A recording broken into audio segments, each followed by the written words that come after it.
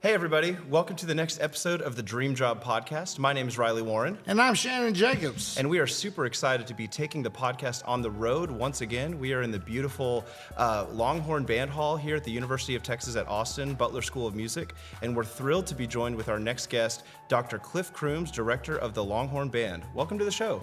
Oh, well, thank you so much. Like I was just saying earlier, I'm excited to be here and honored that you would ask. So I'm looking forward to it. We have just really enjoyed watching all of the great things you've done with the Longhorn Band and over the last few years. And I've known you a little bit as of an acquaintance over the years. And so I'm looking forward to getting to hear your story a little bit more and sharing your story and your journey with our listeners. So thanks so much. And we'll dive right into the questions. We like to kind of start with just give us your musical background, from the very beginning. What was the first thing that kind of piqued your interest in music, whether it be middle school band or something before that? Take it away. Great. Well, I can honestly take it all the way back to my grandmother's church in North Houston in Acres Homes. When I was a baby, she would take me to church and all of that stuff.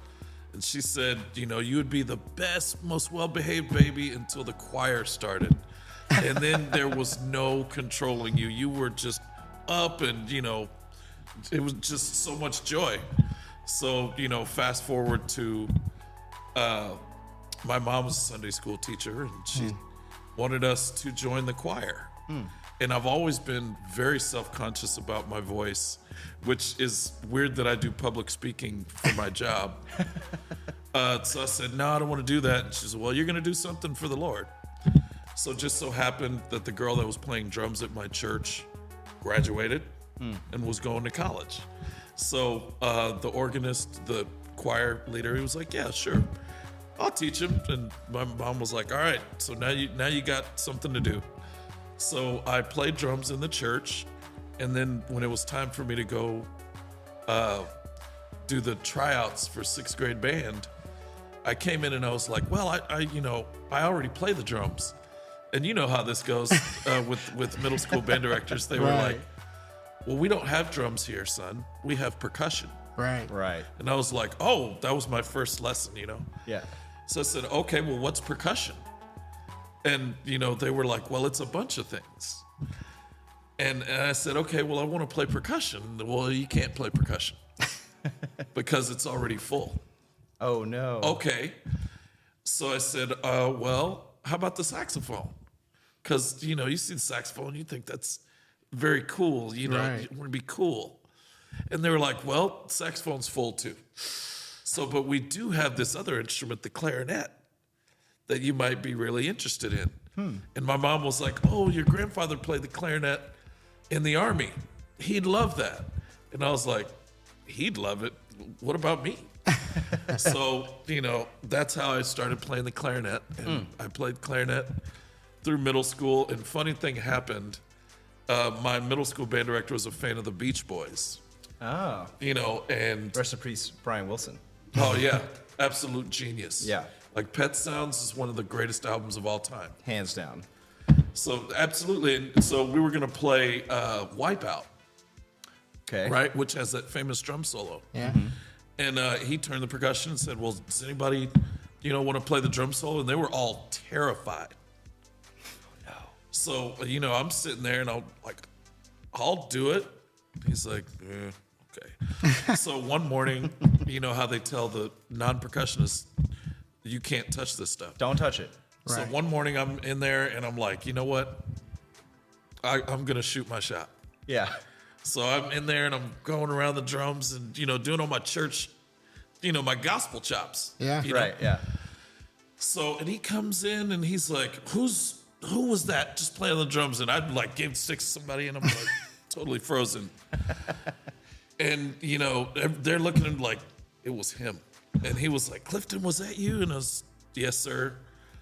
And he turns to me and, he says, do it again. Oh, nice. So I did it again. And then he was like, okay, you're going to play the drum solo for Wipeout.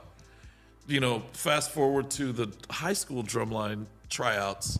They needed a bass drummer for the bass drum line. Okay. So my middle school director was like, oh, well, he plays he plays drums as well. And in my mind, I'm like, I thought we didn't have drums. Right. But I was like, don't say it. Don't say it. This is your shot right here. Right. So they were like, okay, we're going to put you in. Of course, I was on the smallest bass drum, the smallest guy on the drum line. And, fast forward from there, played snare and all of that. Then I came to UT. And I was here before move-ins for dorm, right? Mm-hmm. So back then you did homestays with the section leaders. So the homestay person that I stayed with was Damon Talley. Okay. Who's the director of bands at LSU right now. Oh, wow. So I stayed with him and, I was like a drum nerd in the corner, just practicing the whole time and going through cadence number 1 and all the warm-up book. And it comes to the audition, and I make the snare line and, who's this kid? Just a clarinet player from Houston, So, we go through all that, and there's some guys in the percussion studio that were marching the Cavaliers, drum and bugle corps. And I always thought, man, that's like the symphony orchestra of marching band. You can't be doing that. Right. Like, you got to be like the whiz kid. And they were like, well, I'll show you how to do it. And I was like, oh, okay, well, I'd love to learn. So, we started working on things. I went up to Chicago for a camp and met some really great people also from Texas. Oh, nice. I didn't realize the huge connection outside of the state. Right. Yeah. With not just Cavaliers, but with cadets, with Phantom, with any drum corps you can name has a huge Texas contingent. Yeah. And I didn't realize that. So, I got a call back from that. This is front ensemble auditions, right? This is front ensemble. Okay, I walked in the snare room first. Oh, really? And there were like 80 guys. And I was like, no, thank you. So I walk in the front ensemble room and there's like, 20 guys. Yeah. And I said, okay, I like my odds here. I was, at one point in my life, I was a pretty decent mallet player. Mm-hmm. Like, I thought that was what I was going to do. So, they're throwing all kinds of, like, music at us and, like, all right, transpose it up, like, a key. Go up another key. Like, can you reverse this pattern? Basically, like, who learns the fastest? Mm-hmm. Whose musical curiosity can transfer into performance the quickest? Right. Yeah. And, I just hung on for dear life and made relationships with people. And at the end, Eric Johnson, who's owner of Innovative Percussion, who was teaching the front ensemble at that time, huge mentor of mine, he said, so, we're kind of down to our last people. If I recommended you for another drum corps, would that be something you'd be interested in? And I was like, no, I've really got one shot at this. This is my age out. If you say I'm not going to be here, I'm just going to cheer you guys on for the summer. Yeah. And he was like, really? And I was like, yeah, I want to march drum corps, but there's only one drum corps that I want to march. And, he's like, well, go back in. And, we finished that block. And towards the end of it, we're going to ensemble. And he was like, well, you need to go get fitted for your uniform. And I was like, does that mean I made it? The Cavaliers. Yeah. So that was like a huge milestone in my musical career. And then there are guys that came after me, like Manny Maldonado. He was like, can you show me how to do that now? And then, guys after him, Hue Yun Pan, John Parsons, John Potter, Andres Aya, who, like, we just sort of kept the legacy going. Yeah, a lot of UT names, too. Yes, right. Yes. So I'm proud to be a part of that lineage. So then I graduate and I start teaching middle school, which I loved. Yeah. That was right up my alley as my personality. And then they were like, well, you're moving to the high school. And I was like, oh, well, no, you're doing it. And Chico Portillo, who's a great mentor of mine, taught me everything I know about teaching band, was so patient with me, and I made a lot of mistakes. Yeah. And he allowed me to do that. And then I moved to San Antonio to be the associate band director at MacArthur High School. Mm-hmm. And Ferd Vollmer there and John Goforth and those guys sort of pushed me along. And a lot of our students from that program are now band directors. Yeah. So I'm like, I guess we did something right. Yeah. Pause really quick. I think actually the first time I heard your name, I was marching Crossman with Austin Birdie. Oh, wow, and yes. He was your student at the time. So yeah. 2010, 2011. And he just spoke the world of you when you were percussion director there at MacArthur. So shout out for Austin. He's doing great. He's drumming in New York City right now. So you guys had a great impact on all your students. Yeah, Austin came in and he was just like, I just need to get out of the way because this guy is special. Yeah. But I had like 5 or 6 of those guys that were just special. Mm-hmm. And we sort of built this community. And these guys were friends with the Churchill drumline kids. Right. And the Reagan drumline kids. And then eventually the Johnson drumline kids. So we had this north side of San Antonio sort of collective thing happening. It was a great time to be there. And, all the percussion directors that were there teaching at that time, we were all tight. Manny, Roland Chavez. Yeah. Churchill had a lot of people come and go. Yeah. But we were all sort of involved with that program as well. Super cool. So then I get hired for my first head director job at Georgetown. G-Town. Yeah, and I go there and, it's like a lot like UT. That's a lot of history there. Like a lot of the parents came and introduced themselves and they're like, I was in the band under Rodney Klett. We won the state marching contest when I was here. Wow. Or we won an honor band. And I'm like, okay, big shoes to fill. Yeah. Right. But just getting to work. And then fast forward, and I know you're going to talk about this later, but fast forward, LSU happens. And I can get into the details of that. And I just needed more training. Yeah. For sure. If that makes sense. I wanted to do better for my students. Yeah. So I went back to school, had a great time, had never lived outside of Texas. And Louisiana's right next door, but it is a different universe. For sure. World away, yeah. And I love my Louisiana people, had the best time. When I graduated, I ended up interviewing for a job at the University of Michigan.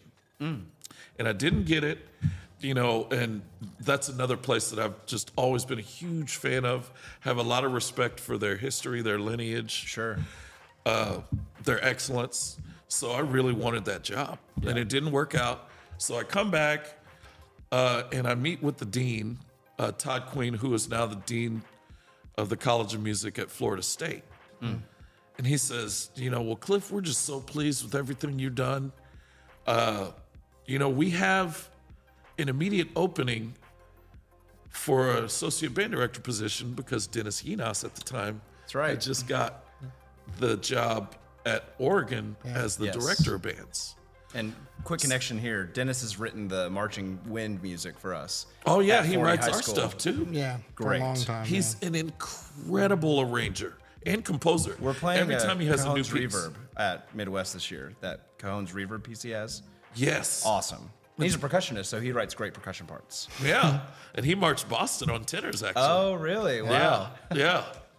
So, Super cool. Dennis left and I sort of just slid in, and that was my first college teaching job at LSU. And then we win the national championship that year. It's a nice Great time to timing. be there. Yeah. Right. Joe Burrow, all Burrow, this. yeah. So then, sort of fast forward, this job comes open, and I was like, well, there's no way I'm getting that job, but I need to apply because it only comes open every 20 years. Right. 10 years, maybe. So, I talked to Jerry Junkin, and he said, well, the committee is like really pleased with a lot of your ideas. We want to move you to the second sort of phase of this. And I met with CDC, the athletic director, and some other people, and they were really excited about some of the ideas. And, my name was kind of hot right at that time because we're coming, we had just won the national championship at LSU. Yeah. You know, and things are happening with the women's basketball team and all that sort of stuff. Hard to leave a place like that, probably. Oh, But yeah. coming back to Texas, there's nothing like it. Yeah. I mean, there's nothing like Louisiana, but there's nothing like Texas. Yeah. So when I got the job here, you know, I came in and we had a lot of work to do, but, you know, I think it was just like a day by day process. Yeah. What do we need to get done today? What do we need to get tomorrow? Get these kids on the field. Yeah. Give them the experience that's commensurate with being at a place like this. And, you know, I feel really glad about, you know, what we've done and sort of how I've gone from at Church and Acres Homes to, you know, Director of the Longhorn Band. Yeah. It's amazing. Well, you just did a great job of just kind of walking us through your whole backstory, and it prompted several questions. So if you'll let me indulge just a couple ones that just come to my head right off the bat. You know, I wanted to ask about, you started as a middle school band director, made your way to the high school, then you were a percussion director for a long time. And I think a lot of people, especially a lot of people who listen to this podcast, are percussionists.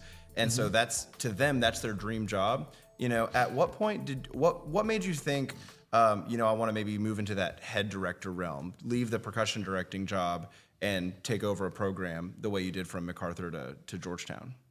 Yeah, so I was at a little bit of a bifurcation when I was at Mac, because I was the percussion director there, and you know, we had a good thing going. Sort of electronics had just become a thing, and I'm hanging on for dear life trying to figure out how does this work. It wasn't as universal as it is now. We're all trying to figure out Shure 57s, how do we mount these? You know, the snake, like what snake do you need? What board do you need? All this stuff. And then all of a sudden in the middle of the year, we had a director leave, the guy that was running the marching band. So John Goforth pulls me in the office and he says, okay, so we can either look for another band director or we can look for another percussion guy. Which way do you want to go? And I said, you know, let me think about it. And the more I thought about it, I was like, you know, this is an opportunity for an opportunity to affect more students. Yeah. Yeah. So I said, okay, I'll go with the second band job, which entailed teaching the marching band. You know, and this is so funny. You know, when I started teaching the marching band, I started teaching it like the drum line. And John's like, yeah, you need to dial it back a little bit. Right. They're not gonna... Get those wind players' feet in time, man. Come on. Crank the intensity So there was a up. little heat. You know, there's a little heat at times, but Yeah. I was so fired up, and, you know, being around all those other great bands, and we had really good players. I just wanted them to be really good. Yeah. Yeah. You know, so That's that's awesome. what got me started. And then it just happened to be the time with Georgetown. You know, Kim Shuttlesworth, who's at Coppell, Yeah. actually got that job. Oh, really? Yes, not know she got hired by J.D. Yonda, who was a fine arts director at that time. And then about a week later, Bruce Dinkins died. Oh my gosh. The director, her head director at Bowie. Right. Okay, I remember this now. I was in high school when this was happening. I remember that being a big thing for that band program, for sure. Yes, it was a massive hit to that community. Yeah. So the folks at Bowie really needed Kim to stay and move into that position. Yeah. So JD, being the incredible person that he is, he said, okay, you know, of course you need to go back, but you need to find me somebody good because we're getting close here, you know? Right. So Kim Shuttlesworth actually called me and she was like, hey, you want a band job? And I was like, which band job? Right. You know? And she was like, oh, well, Georgetown's looking. And I said, okay. I came in, interviewed, and talked a lot about the things, my vision for what I was thinking about for MacArthur, Yeah. the next step for MacArthur. And they just happened to be interested in what I was talking about. Yeah. And we were able to see some of that through at Georgetown, and we had a great time. And, you know, one of my students is now the assistant director at that program. So he just came home. So that's just so nice to see that as well. That's awesome. Yeah. That leads me to my next question a little bit is, so now you're in this head director role at Georgetown, coming from a percussion director role. At what point did you start to think, I want to continue my education? When you decided to go to LSU for your master's, at that time, did you know you were going to continue on with your doctorate? And also, did you know that you wanted to maybe move into the college band directing realm? Well, absolutely not. Like, I talked to a lot of other people too. They're like, oh, well, I was going to go in and get my master's so I could get a bigger high school job. Right. And the way I got there is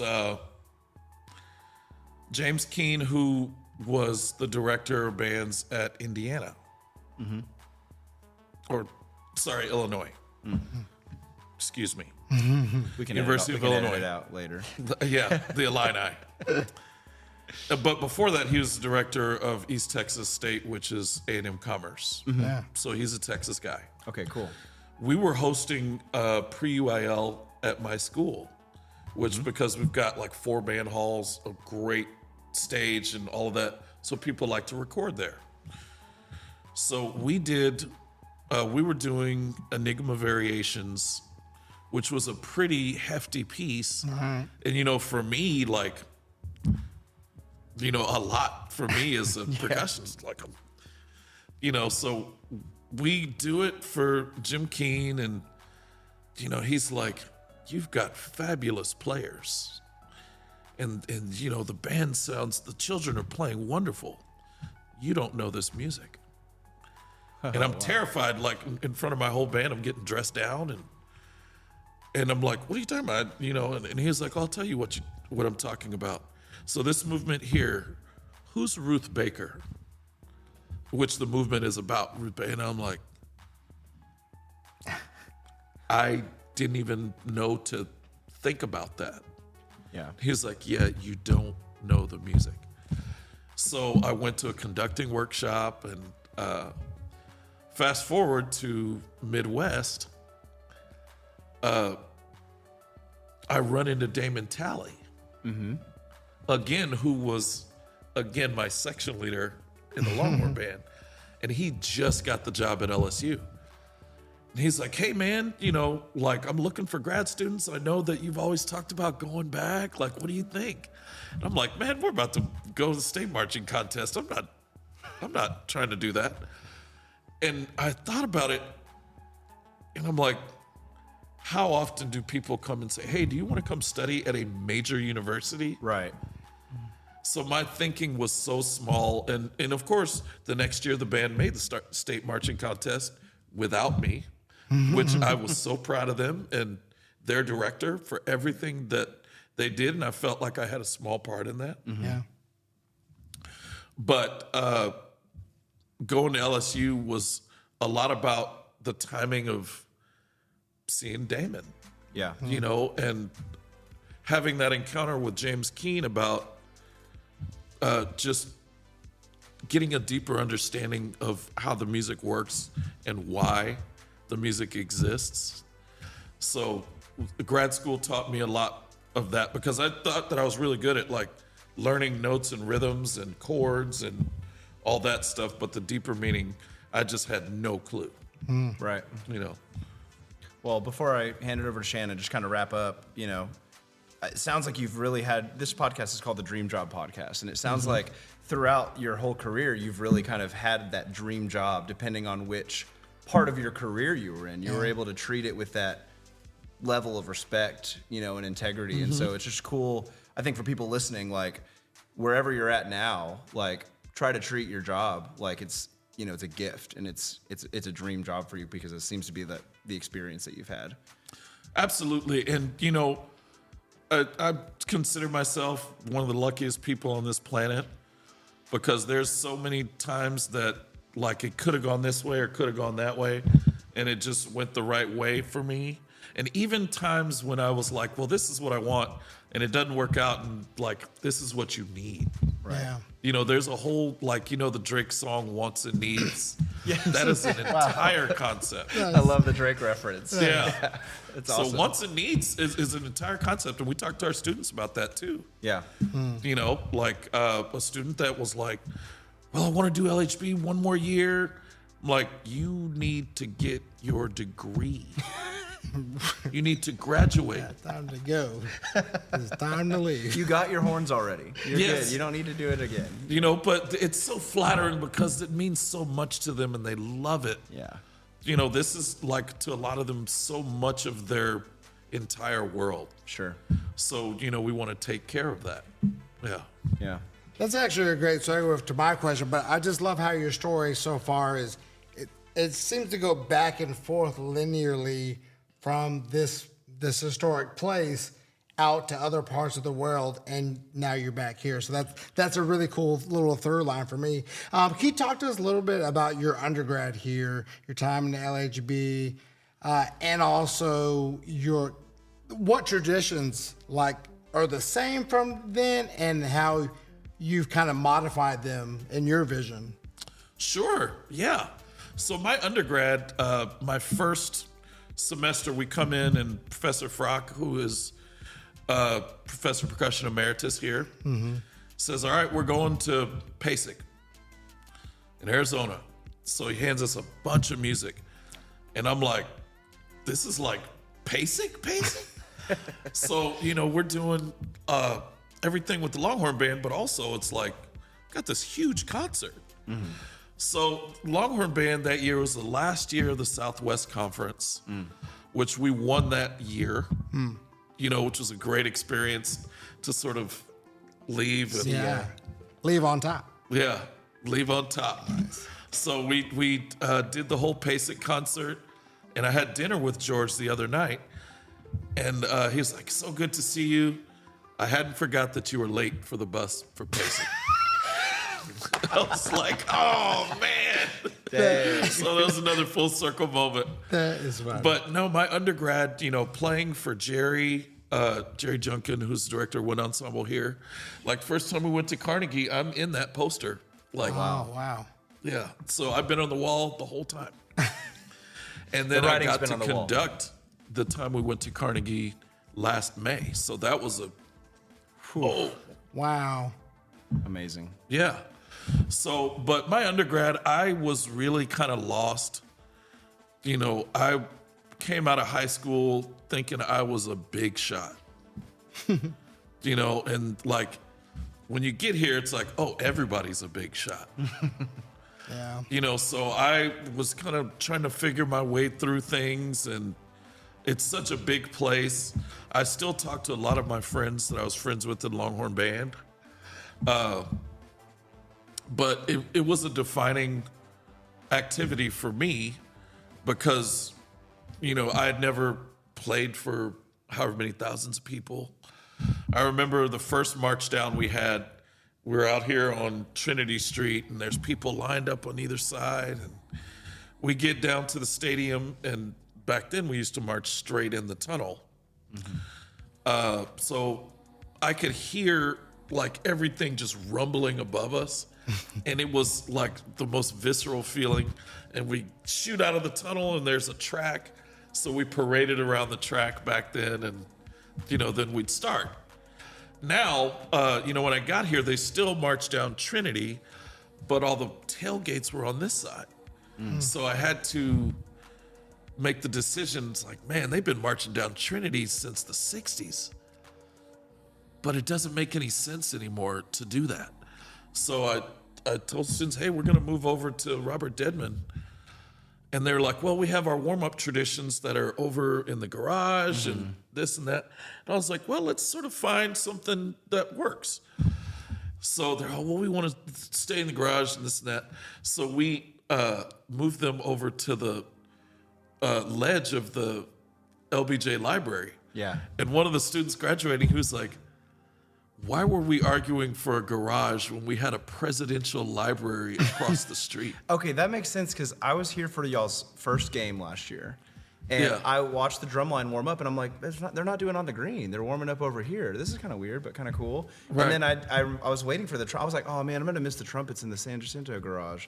And then I heard them from behind me at the LBJ. I'm like, oh, that's kind of cool. So this is Yeah. making sense now that you guys have kind of shifted all this over. I like it. It's awesome. Yeah, and like all the tailgates happen over there. Longhorn City Limits is there. And I remember the first time we turned the corner onto Robert Dedman, the hill is higher over there. Mm-hmm. So when you turn the corner, you can see the tower. Yeah. And it's such a view. Yeah. And then I turned around and all the people from Longhorn City Limits are following behind the band like this Pied Piper effect. So our athletics people really know what they're doing. Yeah. And it worked out great. The students love it over there. So that's something that's a little bit different. That's awesome. That's cool. Yeah. Cool to be able to see that transition and just do what's best for the students, best for the program. And that's what I say too. We're constantly changing things, but we want to honor traditions as well. Yeah. And you have to look in both directions. And there's some people that only they want it to be fossilized in when I was here. It needs to be exactly like that. Yeah. And there's no time ever in the history of the program where it has stayed exactly the same. Yeah. Yeah.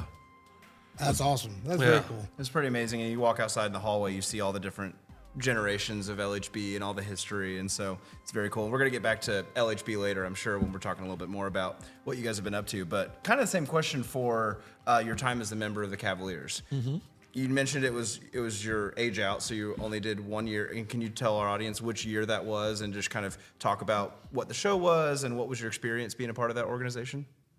Yes. So, again, this, as luck would have it, my age out was the 50th anniversary of the Corps. Oh, wow. So we had guys from all the way back to when it started, and Don Warren, God rest his soul, was still alive. So our show was called Traditions for a New Era, which is funny because I was just talking about looking in both directions. Right. Jay Kennedy did the music for that, who's a great arranger, great musician. And the drum book was Brett Kuhn, who was my teacher at the time, and just an incredible music mathematician. Yeah. Like, if I can talk you a little bit through his writing process, it was his philosophy that, hand speed should stay relatively the same. So when you look at his scores, he had rolls in 7-lits, or he had rolls in 12-lits or triplets, but your hands were playing in the same speed no matter what tempo you went. Oh, wow. Right? Yeah. So it had this weird groove to it, but it was so cool. And I never thought about music in that way. Yeah. And then having Brett Johnson there, he was developing a lot of would go on to his catalog at Innovative Percussion. Mm-hmm. And this was pre-amplification. So we were doing stuff like sticking plexiglass under the boards to give it A little bit more. Yeah. So that was a sort of primitive amplification. Gary Burton calls the vibraphone a primitive instrument anyway. Right. So it was interesting the things we were doing with that. And Marching Cavaliers taught me a lot about organization. I thought I was organized, but you're going to a different city every day, and you got to have everything. You have to duplicate what you're doing in every place. Mm-hmm. And everything. Unload that truck and loading and unloading the truck. Yep. It has to be just so because there's just enough room for everything. Yeah. That's very tight. And God forbid you left the spare heads somewhere, and it's those are gone. Yeah. Those are at a pawn shop somewhere. Yeah, a whole box of, okay. Yeah. So just stuff like that. And the guys I marched with went on to do great things, but we were all just goofballs. Really? Goofballs with big dreams. And, we talk a lot about what we wanted to do. Mark Hunter is teaching at Alabama now, doing great stuff with the drumline there. Oh yeah. Alan Miller went on to do a lot of things with Cavaliers, writing for them as well. Joe Roach is, had a great career as a director of Carolina Crown. Yeah. So just a lot of really special people in that 50th corps. Wow. That's so cool. Great times. Yeah, that's cool. Cool. I mean, drum corps. We're finishing this up, right at. Ironically, on DCI Finals days when we're shooting this. Yeah, so. DCI Yes. Finals night. So it's cool to just there's a lot of, and kind of everyone we talk to, has very fond memories of that experience and really formative in their education careers. And just hope to see the activity continue to grow and to be sustainable in the future. Let's see. So we have this. We've already talked about all your different jobs. So I guess my question here is what are some of the things that you had to learn in a linear fashion, when you first taught middle school, that you went to your high school job was oh, okay, now I have to pull back from here all the way through teaching at the collegiate level? Yes, that's a great question. And I have so much respect for middle school teachers, because I don't think a lot of people realize what a refined skill that is. So, middle school teachers are teaching, you got your bus duty at the beginning, and you're going all the way until bus duty at the end, with maybe 50 minutes to eat lunch and answer a couple emails. And even then, kids are like, "Are you busy?" No, come on in. What do you want to talk about? Yeah. So with middle school, you're really teaching them the pedagogy of how to play. How to open their case. How to name their instrument, how to clean their instrument. How to read the notes. All these, you're giving them the building blocks, and you have to be patient. Because a lot of people come out of college and you just play them as a Fourth Symphony, and you're like, hot cross buns. All right. What? So it taught me patience and patience with children. Because I remember my first day ever teaching. We go through the end of the day, and a student comes up to me and she says, "Do you know which bus I'm on?" And I'm like, in my mind, I'm like, how would I know that? But she had just come out of 5th grade. Yeah. So that sort of taught me, you have to be prepared for a number of things to make the student's experience right. And Mark Chambers, who's a great band director at Reagan, I asked him one time, I was on staff at Crossman with him, and I said, so what's it like being a head director? And he was like, well, I'll tell you, it's no matter how long you've taught or how many places you've taught or what level you teach, there will always be some situation where you go, what the heck was that?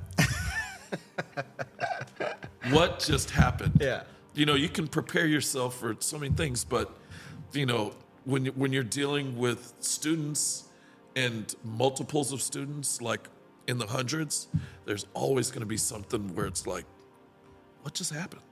So just being ready to roll with those punches. All right. And then going to high school, with high school, things aren't as amazing as they are when you're in middle school. It's still cool because you got marching band. Yeah.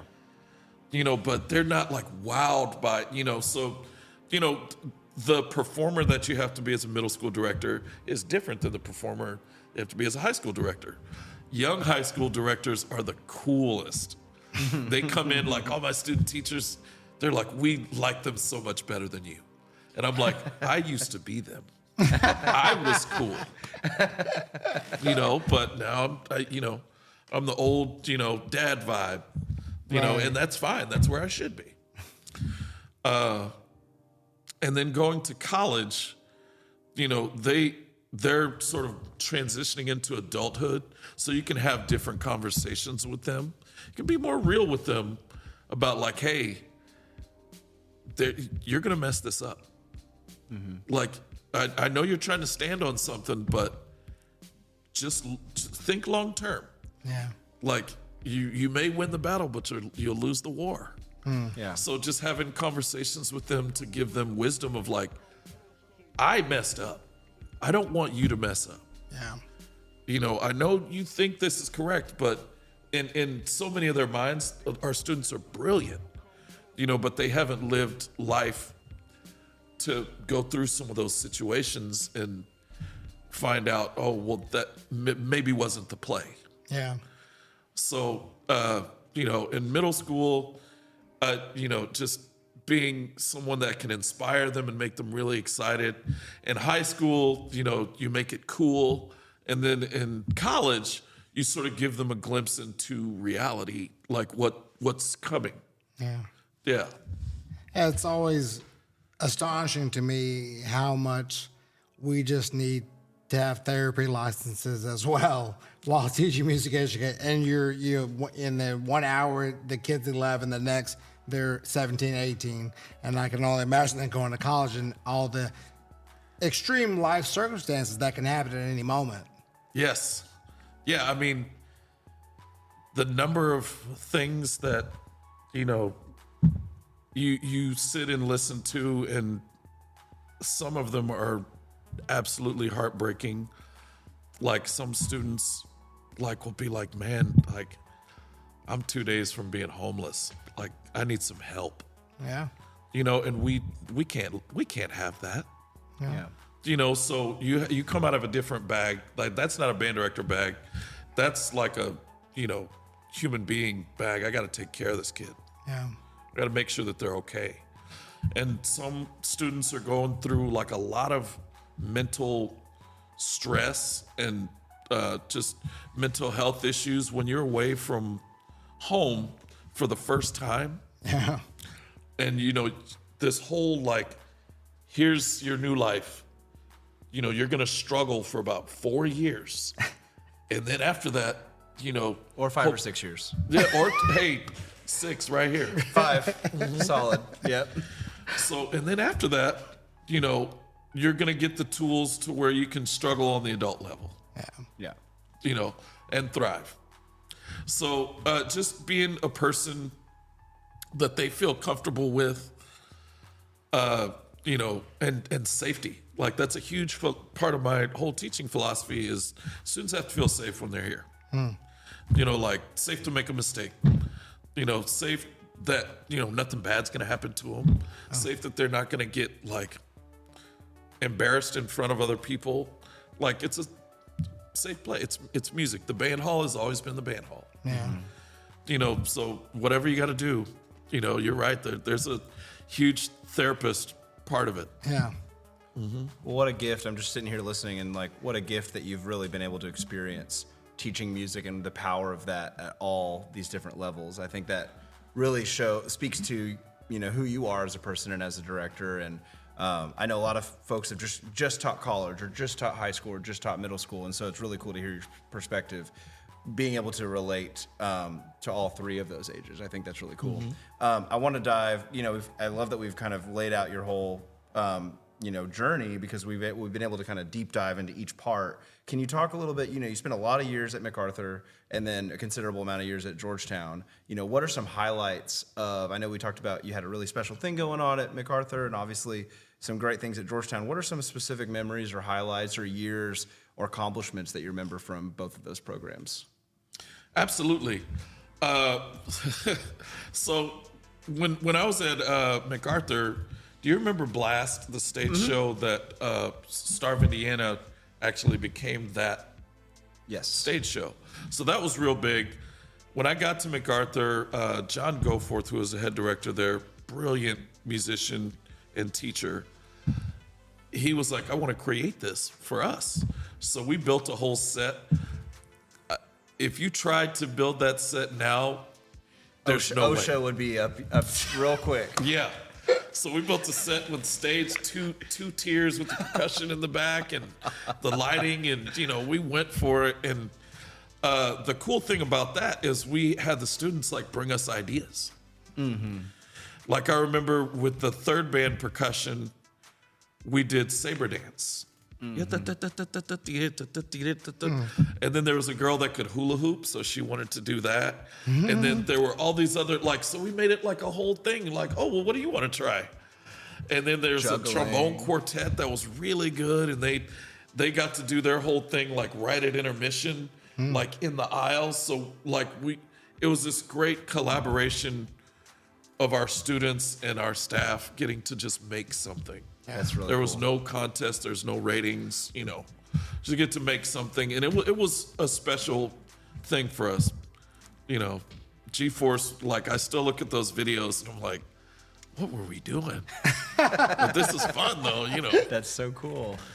Yeah, and Sounds like a little bit like indoor drumline almost, but exactly like that. yeah. I brought indoor drumline to MacArthur. I did 1 year at Bastrop, Right. and then we did the indoor drumline there and won state somehow with that drumline. And it was a good drumline, but there were good drumlines. Yeah. So somehow we won the TCGC state contest there. So, they wanted to do that at Mac. And then I had more resources at MacArthur. So we tricked it out and had a great time with that. We did that show in G-Force. We rewrote the drill for the stage and all that stuff.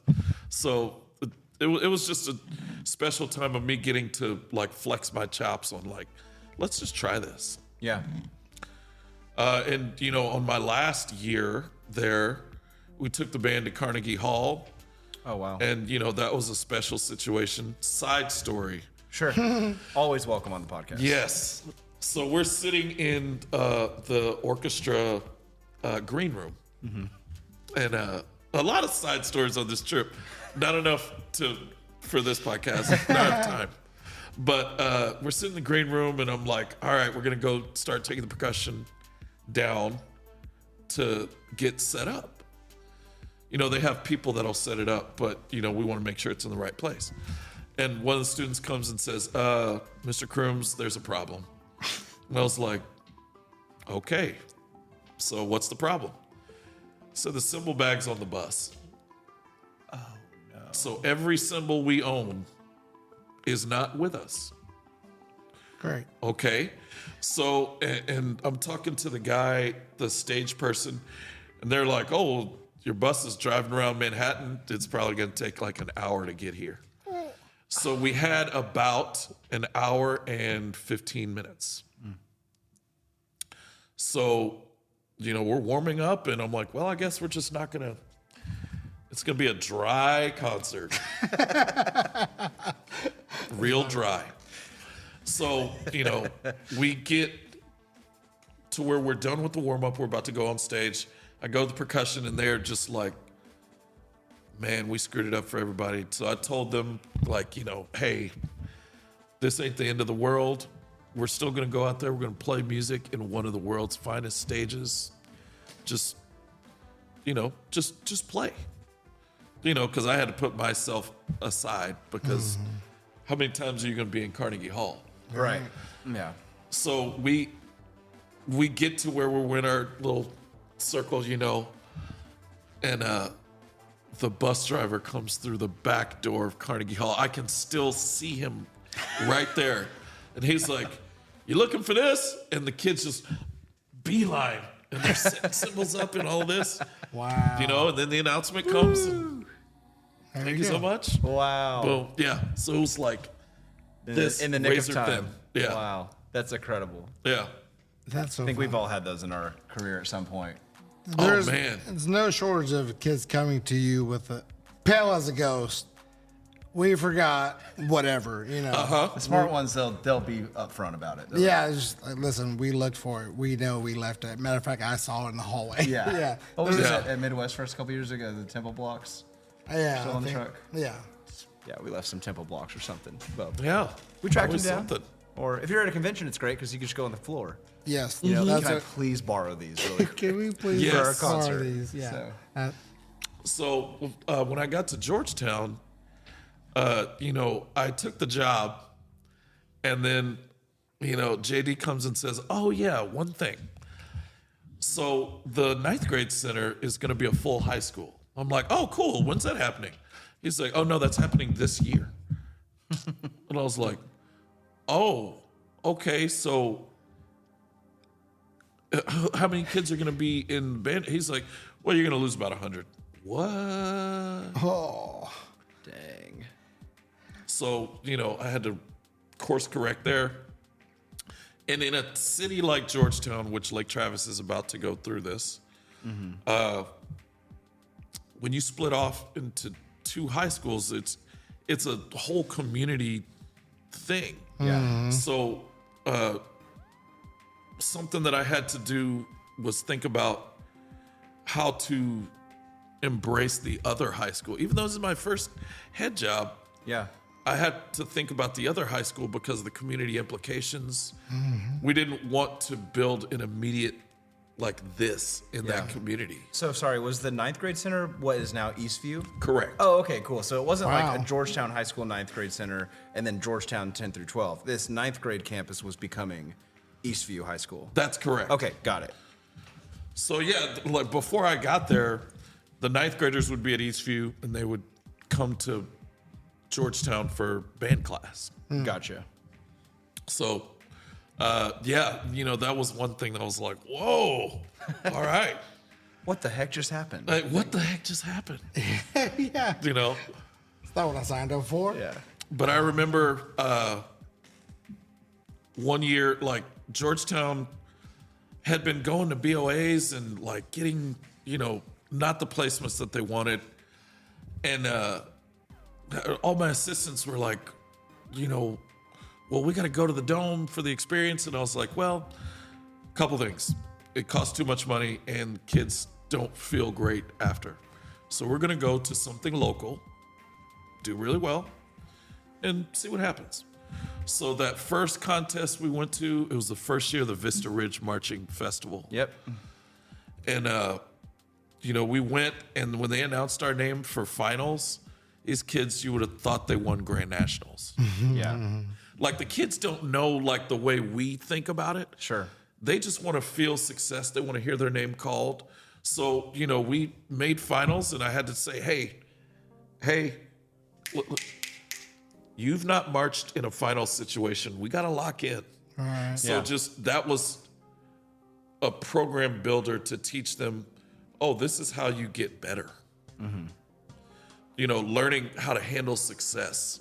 And then, fast forward to maybe a couple years later, we go to TMC, Texas Marching Classic, which was a bloodbath then, and it's even more so now.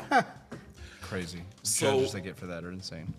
We're in the 4A class, and they're announcing all the caption awards. To this caption, this school. To this caption, this school. This caption, this school. This caption, Eastview got drums. Oh, And wow. our kids are like, no way, no.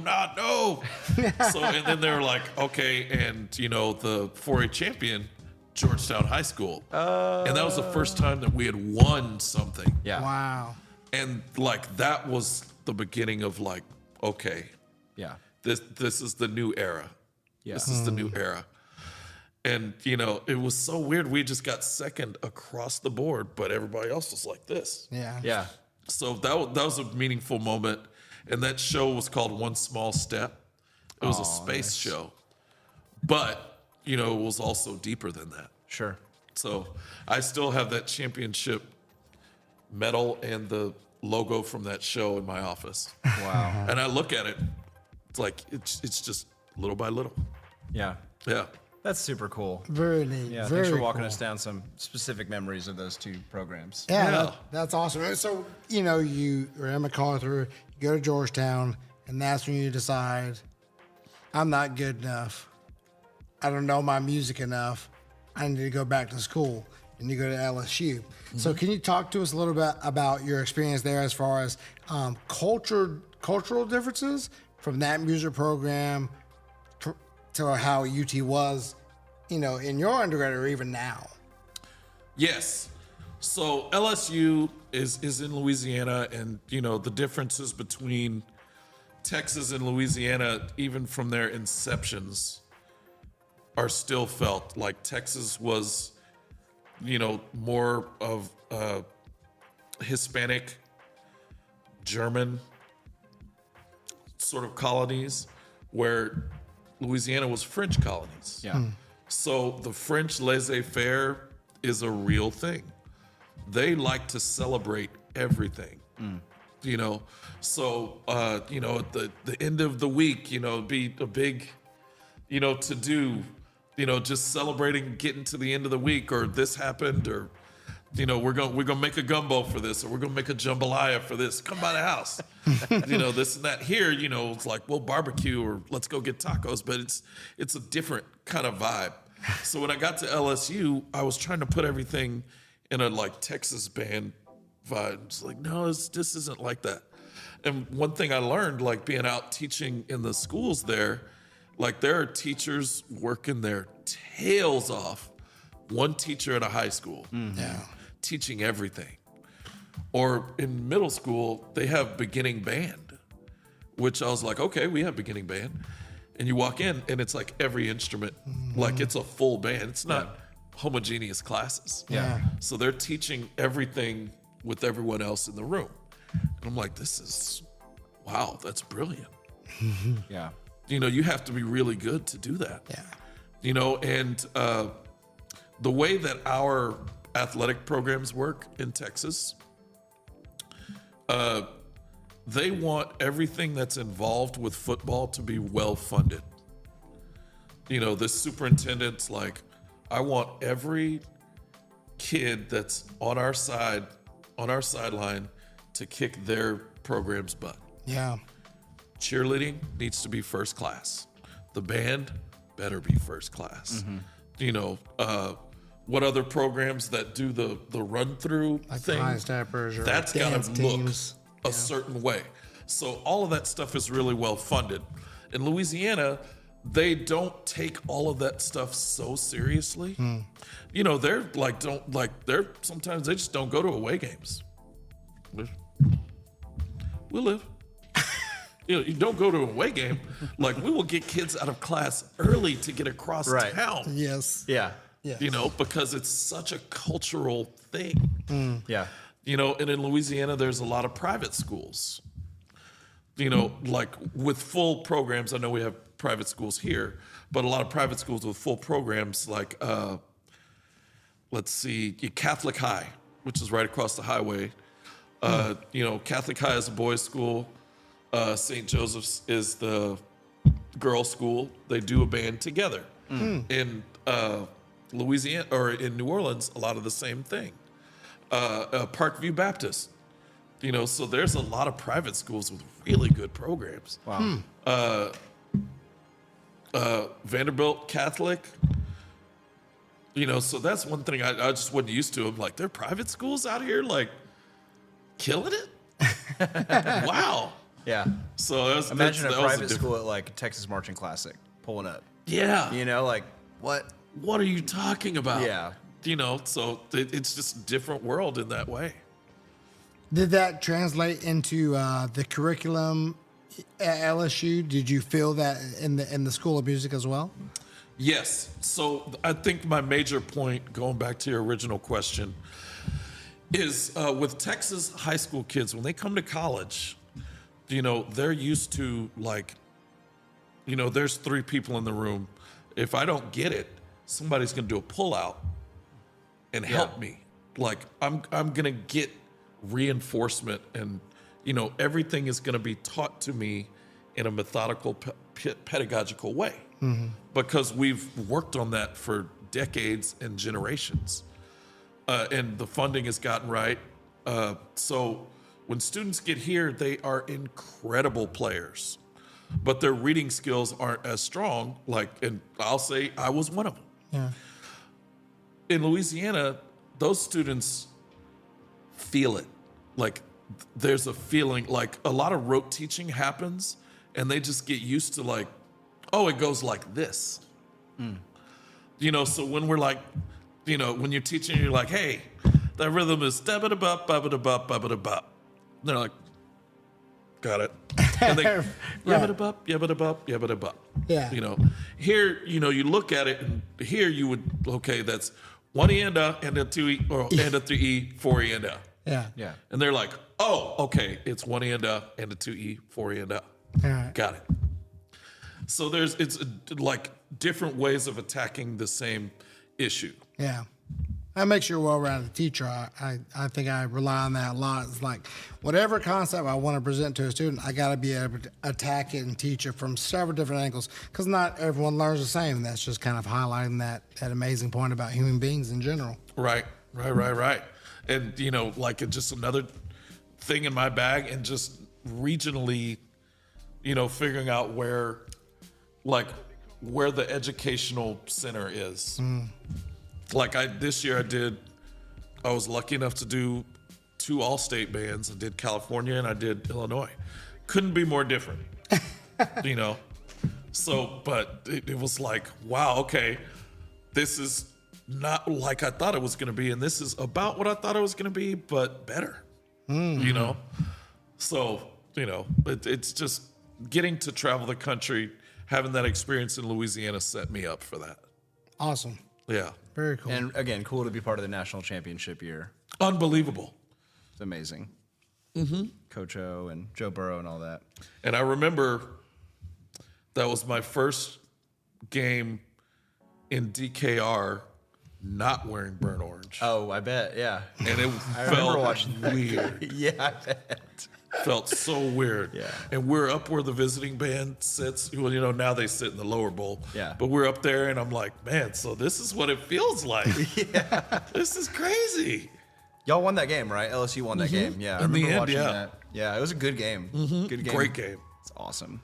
Well, that kind of brings us kind of back to the present, and really have enjoyed just kind of hearing more details about everything, and that leads us to where you're at now, which is the director of the Longhorn Band, associate director at UT, you know, conducting the symphonic band, and we'll talk a little bit more about other things you do here. But I mean, we haven't even pointed out we're sitting here with a beautiful Big Bertha 2. Yes. You know, Bertha too. And so my question is just about legacy, right? And the legacy of UT Austin and the Butler School of Music, and you know, just if you can put in words, you know, what it means to be a part of this historic legacy of an organization, and we can just kind of go from there. Absolutely. You know, it is not lost on me the gratitude that I have for being in this position. Just you think about the giants before me, of course, Moton Crockett, who was a student and a director. How did that Y'all happen? don't allow them to do that anymore? They can't do Yeah, right? Right? So he was like a student director. And then the first like faculty director, Vince Danino, you know, I remember when I was at Georgetown and we did the 50th anniversary of Alumni Band. And I came and marched. And I just hear him go, Clifton, how's the band out in Georgetown? And I was like, how does he know my name? I wasn't in band in the 60s. Wow. I wasn't even around. You know, but he knew my name, and, you know, he had kind of been keeping up with things, but I was just one of the percussionists in the back, you know? Wow. But from that, I was like, wow, that's huge. Yeah. You know, you fast forward to Tom Rhodes, who I talk to at TBA every year. And then Glenn Richter, who was one of my professors. Yep. He briefly taught me a little bit while I was here too. It's awesome. Absolutely. And then Paula Kreider, who was the band director when I was in the Longhorn Band. Then Kevin Sedetall, my last few years. So just that whole lineage, Rob Carnahan, who God Rest in bless. peace. That was heartbreaking that happened. But Rob, I remember Rob when I was teaching at MacArthur, actually. I said, hey, you know, would there be any way you could bring down the Longhorn Band for the Northeast Fall Review, like where all the district bands would do their shows for each other? And he's like, I don't know, let me see about that. And he actually got it done and made me look like the hero. And like, Nice. man, you got the Longhorn Band to come down here. Now, if somebody asked me that, I'd be like, I don't know if we can get that done. But People are listening to this podcast like, I'm gonna get his email address. right. Yeah. See Bunch if you of can come to requests. our district right through. Yeah. So, but those are just giants to me in the profession and in specific for UT. Like when I got here, Jerry Junkin had been here 6 years. Mm-hmm. So he started in 88 and I got here in 95, So he hadn't really been here that long, and to watch the program progress, how it has under his leadership, into this worldwide powerhouse is incredible. Yeah. When you walk in and say, oh, well, I went to Texas or Texas this, it carries a lot of weight. Yeah. There's already an expectation of okay, this person's the real deal. Yeah. So getting to be a leader of that, I never lose sight of what a huge deal it is. And just when we see our students going on, there's a student of ours, funny thing happened, Yamaha couldn't get us scoops last year. So we had half clear, half black scoops. And I call and I'm like, what's the deal? And they're like, actually, our distributor's not doing that anymore. So the center snare, 3D printed scoops with little Longhorn logo on them. Oh my gosh. So now he has a business doing that. Vanguard's using his I scoops. literally just saw an ad on Instagram. I wonder if it's the same. Is it drum break? I don't know. I was scrolling through Instagram and I saw that and I was like, oh, that's kind of cool. Yeah, so he has a company that does that now out of we didn't have matching scoops, so he just made them. And Innovative. yeah, Right. exactly. And funny thing about that student is his mom was the first female drum major of the band, Whoa. and his dad was also a drum major of the band, so he's got a legacy. Oh, that's Wow. cool. Yeah. That's So just, neat. just stuff like that. That's just one of thousands, One of the perks of being at an institution that's so historic and so storied, you get those legacy, members and grandkids and the whole nine yards because it's just been around and been a thing for so long. So neat. Well, Yeah, you mentioned it's- George Frock. I went to high school with Rachel Frock. Oh, Rock, that's right. So I know I have that connection. You were talking about that earlier. So shout out Rachel, and Yes. the George Frock connection is really cool too. So And she played bassoon in great school bassoon player. and yeah. marched tuba in the band. She right? did. Yeah. I remember. Great tuba player. George and I were talking about that the other night. Yeah. Yeah. So, well, that's so cool, and it's just great to. I was going through you and I's Facebook kind of connection. I just remember just being so excited to see that you got this job, and I had to come and take a picture with you a couple years ago after one of your games, just because I was like, man, I'm just so happy that you're in this role, and I know that a lot of alumni, all the alumni across the country and the world, share that feeling. So, just thank you as an alumni, thank you for what you've done and the culture you continue to build here, and it's awesome to see. So. Man, I appreciate that. And, I keep up with you too. And I know that you're doing a lot of really cool things. Thank you. It's makes us proud to see everything that you're doing and just stacking success on top of success and helping students. So believe me, the feeling is mutual. Oh, thank you. Well, Shannon and I here, we've got a great teamwork, and Do a lot of good things. we were talking on the way down, just we'll get into this a little bit, but we love to work hard. We love our dream job, and we love talking to other people to hear their perspective, because this kind of stuff it fires us up, and we hope that other people are fired up listening to a bunch of band nerds just talking about band. Yeah, it's good stuff. It's super good stuff. Isn't it fun? Just kind of sitting in the jams, Yeah. it's good. We miss this because, like I said, we It's been a minute. we haven't recorded in a while. So, well, I think that kind of takes us through most of our questions in terms of the different organizations you've been a part of. So, I think Shannon, you have the next one a little bit more about the Longhorn Band. Yeah, let's see here. So Longhorn Band, I think everyone who's, played new college football game, right? Can Pretty attest. prominently featured on the college football. Yeah, game. the Longhorn Band is pretty unique compared to other college bands. Can you kind of explore that and maybe talk to us about some of the traditions and aspects that make it unique? Sure. We marched in exhibition at the state marching contest maybe 2 years ago, something like that. And the guy that does the photography, he was like, "Can I photograph your band? Can we get them, like, where the band's?" Sure, that'd be fun. He's like, "Oh, this is so great. I've never gotten to photograph the Longhorn Band." And he's just like, like you can put 100 bands like side by side. You can always tell the Longhorn Band because that uniform is so unique. And, people are like, "Oh, what's the stripe on the pants? What's the Aztec stripe?" And like, they're like, "That's kind of weird looking." But then you see when Harry Styles comes to Austin, Moody Center, yeah. The outfit he had basically was built on the Longhorn Band uniform.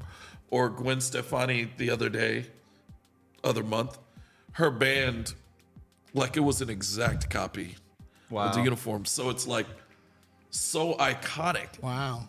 It's such an iconic look. It's like the 50s cowboy look. Yeah. And that's our Disney character. Yeah. When people come and they want to take pictures with the students in the band, that's their Disney moment. They're, Longhorn Band, because the uniform is so, And it hasn't changed, yeah. Something to be said about that's the one longevity thing that's very there. traditional. Of course, the drum. The Big Bertha, the first one, first belonged to the University of Chicago. They wanted something to kick off their football program, which is now defunct. So the con company, asked Moten Crockett, well, would you be interested?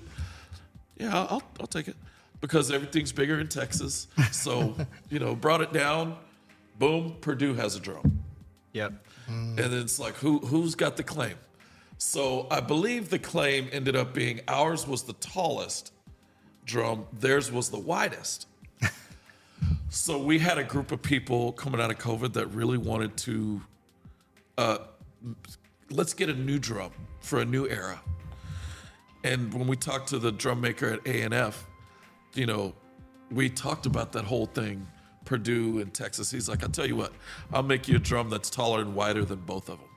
I was like, yes. So Where do I sign? exactly. So, and we got to premiere that my second year, and of course I'm all thinking like people are gonna hate it. It's not Big Bertha. Bertha. Yeah. But people embraced it. And I'll tell you, like, one thing we missed is we didn't measure that door. Oh no. So when it got here, we looked at it, we're like, it's not gonna fit. Oh, no. It's not gonna fit in the band hall. Oh my gosh. So we got it. It cleared it by this much. Oh, nice. This much. All the percussionists everywhere are just like breathing a sigh of relief Yes. hearing It's that. like, oh my God. Yeah. So yeah, that Big Bertha is something that's huge with us. The pregame is something iconic. And at a lot of places, like at LSU, changed pregame. Like they changed it to add a double row on the L to take more band members. But other than that, it's pretty much the same.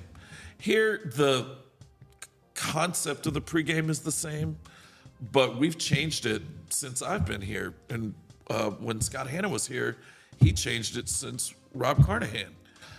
So there are always aspects like the script texts that they used to do. Mm-hmm. Well, now we have, marketing has a new script text, so we put the new script texts in as opposed to the old one for this era. We want to be in line with what our marketing is doing. Yeah. So the pregame is a big thing. Something that used to be pretty big, but going to the SEC, has not been as big as the cowbells. Oh yeah. Every Yeah. game you watch from the 90s, early 2000s, anytime on the TV, just like the old classic Longhorn, ESPN classic, you always hear those going nuts like crazy. So now the game is moving a little bit faster. So having the cowbells and then first down, hurry up offense. It doesn't make a whole lot of sense. And a lot of them were like disappearing when people graduated. Coincidence there, yeah. So we'll just You know, leave that where it is. Yeah. And it's fine. And I will say, I had one that found its way back to my office.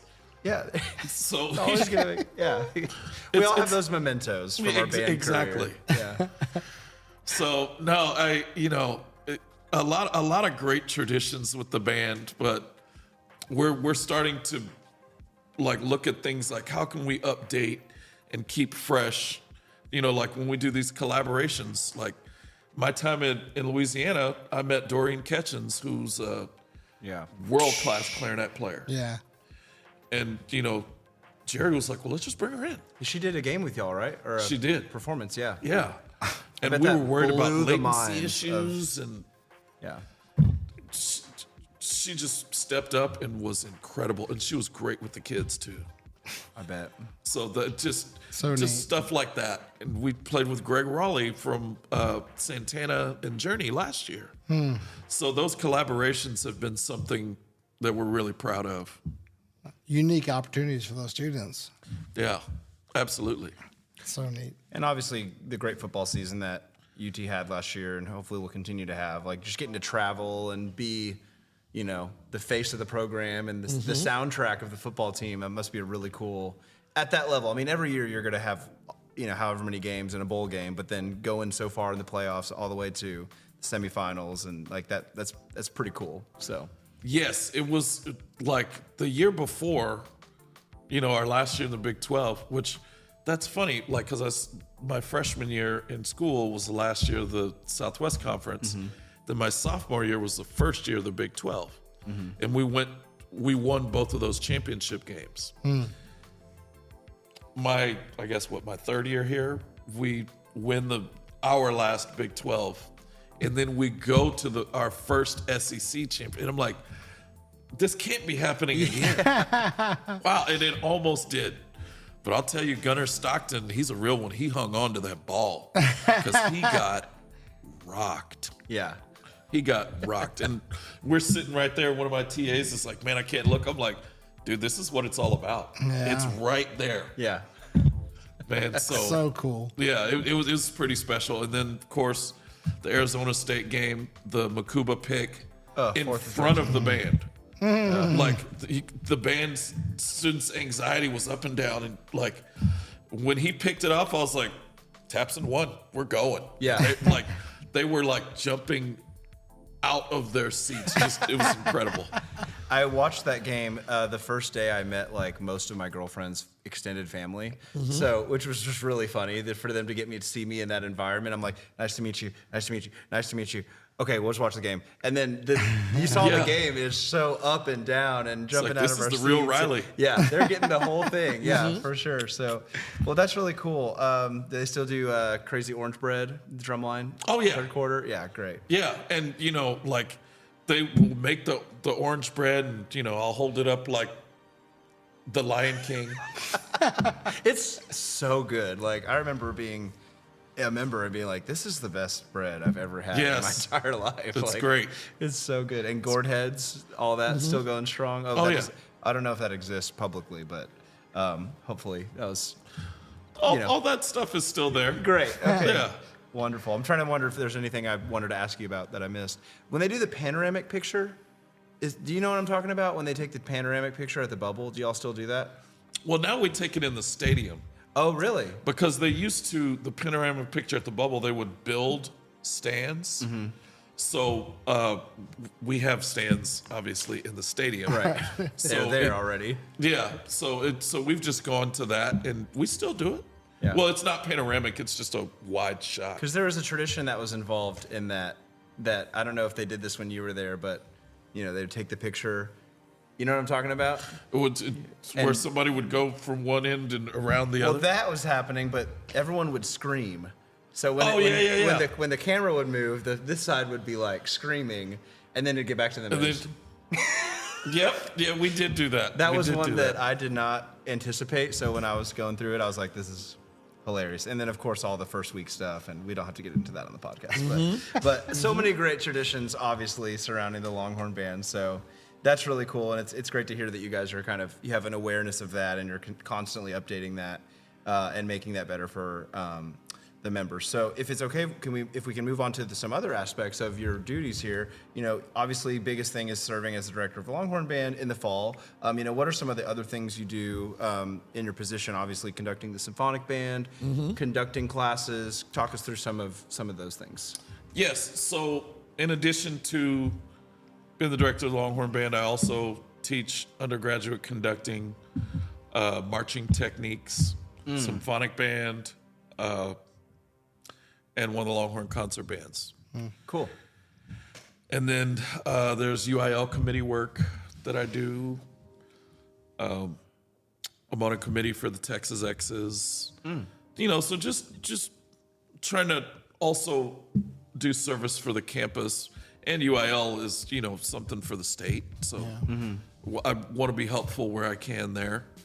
But yeah, with marching techniques, my take on that is, I'm not going to teach you drill down into how to write the best marching band show ever, because a lot of times our students are going to hire someone. But what I want to give them a picture of is, this is what marching band is. Like it as one thing. Yeah. Because all these things are set out for you to come just do your one thing. These are the things we're doing. Teaching them about just a philosophy of teaching, what the sheets look like, the UIL sheets versus the BOA sheets, and where there's commonality. Yeah. And how to adjudicate a band. Do you think this group's awesome? What's awesome? Yeah. What are they doing? Can you follow a linear development of what they're doing and describe it? What are they doing musically? So then when you go to design a show, you can say, okay, these are the things I want. Yeah. Yeah. So, but we're also talking about how to use Pieware, how to use Sibelius, or Dorico now is the new thing. I need to look at Dorico. How to look at a color guard. They'll get to spend maybe a couple days, but how to know what you're looking at. And because if you're on the box, the color guard needs more information. Can those go around in time, please? Right. Yeah. So which one of us do you want to change? Right. Yeah. So just giving them that tool with percussion, which, percussion is a multifaceted thing. Electronics, so just all the facets that go into making a marching band, but also relationship building and culture with the students. Because if that's not the foundation, then, you're not gonna have a lot of success. Yeah. I love that. It's one thing that comes up with everyone when talking about marching band is you gotta set and maintain the correct culture. I think it's one thing that's really interesting to both band directing, but a little more specifically in the marching band world, because you're dealing with sometimes hundreds of people. In a one ensemble, you might, 50, 60 kids. But when you have 300, you have to get them somewhere and do the same thing. It takes a different level of, like you were saying, organization and a common goal to get all those people to move in the same direction. Yeah, absolutely. Even just traveling. This year, famously or unso-famously, we went to Atlanta by bus twice. And the first time we went, we had to hit a mark because we had a stadium rehearsal halfway across the country. So, we had to stop, feed them, stop, go to the bathroom, stop this and that. We got to the stadium. We got to not the Georgia Dome, Mercedes-Benz Stadium, 5 minutes early from our itinerary. We hit it it's like that Carnegie thing, But just knowing, the kids knowing, all right, we get to Buc-ee's, first priority, bathroom. Right. Second priority, sugar or salt. Yeah, snacks. You know what I mean? Snacks and Red Bulls. Exactly. So just being able to travel like that with that many students and them understanding the logistics of how everything works, that's a big part of it. Yeah. And now that you brought that up, just really quick, how many students in Longhorn Band last year? 425. And they're all just like, they know exactly what to do at all times. I'm sure that's never stress. None of them are ever stressing you out for any reason whatsoever. You never have to worry about it. You probably have your eye on a few. You're like, okay, I got to make sure this person's making good choices. Our leaders are great. Yeah. So they handle so much stuff before it comes to me. Yeah.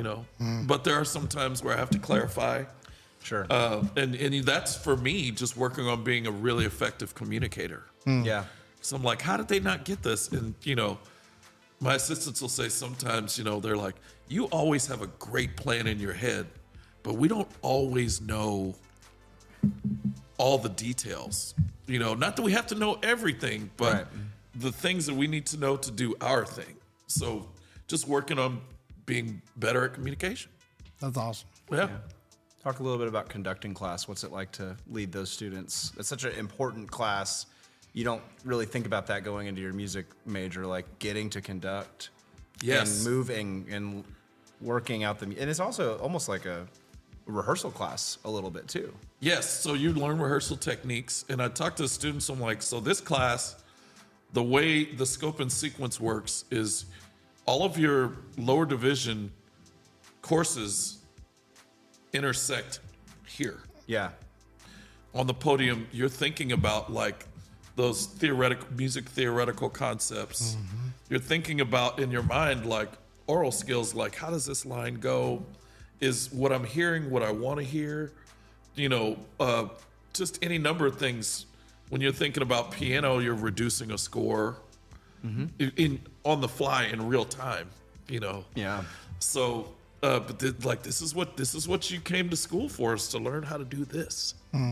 Yeah. All those fun, like foundational classes lead to this. Yeah. I always thought that was interesting, and you don't always understand it when you're going through it as a music major, but I always thought it was, retrospectively thinking like, oh, that's why they split us up. The first 2 years are theory and history, and Yeah. you don't really get into that education and conducting stuff until that third year. And now in the moment you're like, oh, I really want to jump in and I want to be in Dr. Duke's class and I want to do all this. But then you finally get there and you're like, okay, I understand why. Yes. I had to go through that gauntlet a little bit before I was ready for this, So you have context for what's coming. Yeah. Yeah. Yeah. Super cool. And so you said conducting and marching techniques, and then the symphonic band and a Longhorn concert band. What have been some highlights of working with those different groups? Oh, absolutely. I remember when we went to Carnegie in, was it 99? Something like that. The Wind Ensemble played Niagara Falls. This past fall, my group, the third band, played Niagara Falls. So it's like, whoa, Yeah. we've jumped a couple levels now. Yeah. And getting to collaborate again with Gila Plitman, who's a Grammy Award-winning Singer. soprano. Yeah. She travels the country playing with top bands. So she's a personal friend. So I asked her if she would do a piece with us, and Steve Bryant was here. So the students got to work with the composer and a Grammy Award-winning singer together. And mind you, this is still the third band. Yeah. But it's also UT. Right. So I've got like all-state players, in the third band. They're just waiting because there are older all-state players in the upper groups, Right. Yeah. So it's just, in that group also too, you have music majors and non-music majors. Yeah. So there's a bit of guided practice in rehearsal because, where these music majors are in the practice rooms all these hours, these non-majors are not. Yeah. So you have to sort of find that balance of, okay, we need to do some guided practice, but also I need to pull you along to where you're playing at the standard of what these music majors are doing. Yeah. So it's an interesting group. I love doing it. We get to play some pretty fun repertoire. And then kind of lastly, you spoke on this a little bit with the non-majors, but when you're doing the Longhorn concert bands in the spring, those are supporting the larger Longhorn Band mission, which is obviously the fall band, right? Keeping those kids engaged, keeping them here at the music building, that must be a different approach. Like that must be a different vibe to conduct a group like that. That is almost probably completely non-majors. It is completely non-majors, and we've sort of like ramped up the, I guess, difficulty level of the music. Like last year, we played Tritico with my Longhorn Concert Band. Wow! And they told me on their course evaluations, they were like, people kind of said like Longhorn Concert Band was easy. It's not. They're like, I had to practice that stuff. Yeah. But then we go, and then they're back in the fall, and we're playing that 125 show that Dennis wrote so beautifully. And the Mellows are playing licks I have not heard drum corps play. Wow. So just staying active on their instruments, staying active with our community you're right. That's the mission of that group. But also maintaining excellence. Yeah. One more tradition I have to just interject because it just popped in my head. But Wabash Cannonball, fourth quarter. Sorry, I had to bring that up before we moved on, and I forgot. Another great tradition. Unbelievable. From the Longhorn Band. And we have a twirler. She graduated now. We're bringing in another great twirler. But she asked me, "Can I twirl with fire?" And I was like, let me see about that. Yeah. So I went to athletics, and they were like, absolutely not. We're not doing that. That sounds like a lot So of somehow, little by little, she did it somewhere. And then they were like, oh, we want to do that. And I'm like, the thing that you just said no to. Yeah. Okay. So, we do Wabash, and, now they have all the orange smoke going. And she's twirling fire. And every time I look at it, I'm like terrified and amazed at the same time that all of this is happening. Yeah. So, and that is at the perfect point of the game because, it just sort of gives everybody like the push to go into the fourth quarter. Yeah. So, yeah. And I always I still play Wabash sometimes. Yeah. If there's a snare drummer that's gone to the bathroom, I'll jump up there. Oh, really? Oh, yeah. Oh, that's amazing. Students love when I do that. No, I was a musician. Yeah. I've seen the pictures. Have they seen your pictures of you on the snare line? Oh, yeah. Yeah. They've seen some of them. Yeah. That's awesome. Like the line. Yeah. That's awesome. It kind of leads me to the next question a little bit. We've talked about Longhorn Band and your role as a associate band director, but also working with the Longhorn Band side of things. What makes UT an appealing place to go to college as a music major, and then kind of the opposite side of that, like what makes it a great place to go to school as a non-music major who still wants to participate in band? Yes, great. So I just actually had this conversation. Do you know what Camp Texas is? Refresh my memory. So it's a freshman, sort of onboarding camp. They teach them about the traditions and all this stuff. So I went and spoke to them, about UT and about our presence, the band's presence. So for music majors, I think it's great because of the faculty is world class. I mean, Donald Grantham and Omar Thomas, two of the leading composers of our time, just across the hall from each other, teaching composition, teaching jazz harmony, teaching pop harmony, like all these different things. So you've got access to that. When I was here, his dad, Stefan Koska, wrote the tonal harmony theory book. So our theory professor wrote the book. Literally.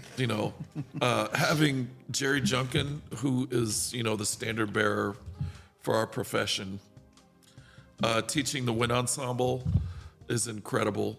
The orchestra director, Farhad Kudiev, is one of the best musicians I've ever met. Yeah. All of the applied faculty, Stephen Page, Ebony Thomas, every instrument, Jonathan Gunn, they're all, Caleb Hudson on trumpet, they're all just amazing. Charlie Villarubia, my fellow LSU Tiger, teaching tuba, So just, you're working with the best people, and there's so many opportunities to perform.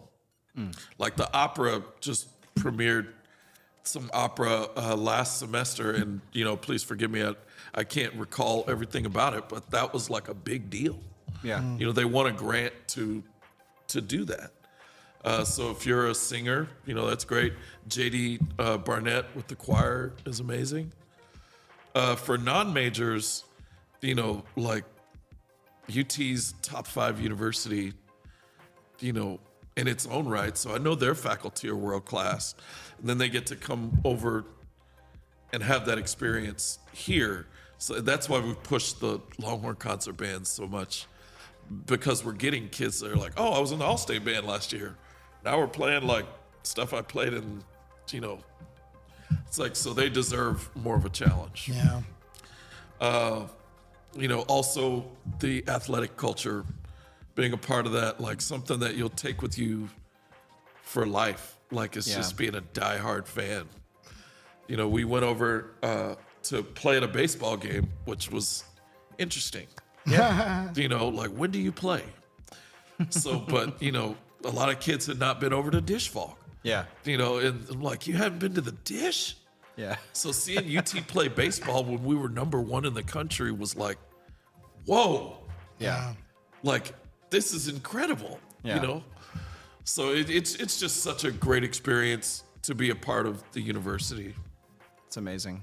Yeah. And you've got Moody Center and Dell Medical School Yep. and all these things that have just, even in the last 10 years, have just been huge improvements. So it's a university that cares about the student experience and the learning experience and the different degree programs. And you mentioned performance opportunities for music majors. I mean, how about like the Long Center, and Absolutely. getting to perform. I remember performing with the orchestra then, or one time, which was amazing, and then walking over to Bass Concert Hall, and performing there. So the possibilities are pretty much endless, when it comes to opportunities for students. I think it's really cool. Right. And, like, I'll just sort of go left field on that. People are like, why didn't Quinn transfer? He went into the draft, and didn't, what did he go, like 6th round, something like that? 5th, 6th round? Yeah. So, well, why didn't Quinn transfer? He could have made more money. And to my mind, I'm like, yeah, in the immediate, but if you leave as the quarterback of Texas, you'll always be the quarterback of Texas. And that money, if that's what you're worried about, over a lifetime is way bigger than NIL money for 1 year to play somewhere else. Yeah. He's always going to be a Texas Longhorn. That's why he didn't transfer. Yeah. That makes sense. Oh, I love that comparison. That kind of brings it in perspective a little bit. Yeah, for sure. Yeah. Definitely. Where did you get drafted by? Jacksonville, I think? He's in Miami. Miami. Dolphins, Okay, yeah. there you go. Yeah. Florida. Yeah. We'll see how Tua does this year. See if he stays healthy. Yeah. It's been some scary stuff coming out of Terrifying, Miami. terrifying, terrifying. Yeah. It's not, that's terrifying to me. No, thank you. Okay, let's see. You have all this wonderful varied experience, which is awesome. For our, hopefully there's some high school directors out there listening to us. What are some of the benefits, or maybe compare and contrast what worked for high school bands, both marching and like your concert ensembles, and what you do here at the university level? Yeah, so I think one thing that has made me successful as a college director is my high school teaching chops, because coming out of COVID, it changed the game. There were certain things or expectations that we just, going into college, you're obviously going to know this or be ready for this. There were some steps that were missed because, there wasn't in-person learning going on. Like, you talk about kids that missed part of elementary school, that's where you learn how to stand in line. That's where you learn how to raise your hand. So there were steps like that missed at every level. So what I feel like my high school chops allow me to do is fill in some of those gaps for the students, so they don't, you got to meet them where they're at. And where, the people back in my day, you just got to remind them, it's not that day anymore. Right. Like I'm just checking, and we're not in that day. It's a different world. Students are dealing with different challenges. You know, I remember when email came out, which, Lord, I remember when social media came out. I didn't get a cell phone until my second year of teaching, and I got it because we were going on a band trip. You know, you think about that. Like, so the students, with what they're dealing with from a technology standpoint, which is also a huge part of my teaching philosophy, the guys at UDB and Beam fit into this perfectly. Yeah. You give them tools in the classroom that they're using in everyday life. They're going to be more effective learners. Yeah. You know, now that stuff isn't free. They're definitely not giving it away. Yeah. But you invest in it because it's what's best for the students. Yeah. So, you know, and some people will come into my symphonic band rehearsal and they'll have their phones out and they're using tuners, and I'm sure there's some social media activity going on. But if we can keep the momentum of the rehearsal going, I don't want to be the person that's like, you know, it has to be exactly like this. Yeah. You know, and that's the difference between high school and college. In high school, it has to be exactly like this. Yeah. You know, they haven't built up enough for you to just sort of let it be. Yeah. Like high school, you have to like really lock it in. Yeah. You know, here we can give them a little bit of leeway, you know, but me being on that side of it, I recognize like where the line is and needs to be. So, yeah. That's awesome. Yeah. What about more specifically, like when you're in a rehearsal, you know, you're running a high school, maybe we could take marching band, for example, like you're running a high school rehearsal versus the way you run your rehearsal in the Longhorn Band, in the bubble. You know, what culturally, what's the vibe? How are those different? What's the same about them, and what are some differences? Yeah, so from the box, the etiquette is pretty similar. You know, we'll give comments and then field time, you know, 8 from the Met, +1, -1. All those things are pretty similar. But where in a high school situation where you would have techs giving feedback, we do with TAs, but we rely a lot on the student leadership, especially these students that are coming out of just marching drum corps, and they're like, I see that and I could fix that in 2 seconds. Yeah. Like, go for it. Yeah. Yeah. You know, away.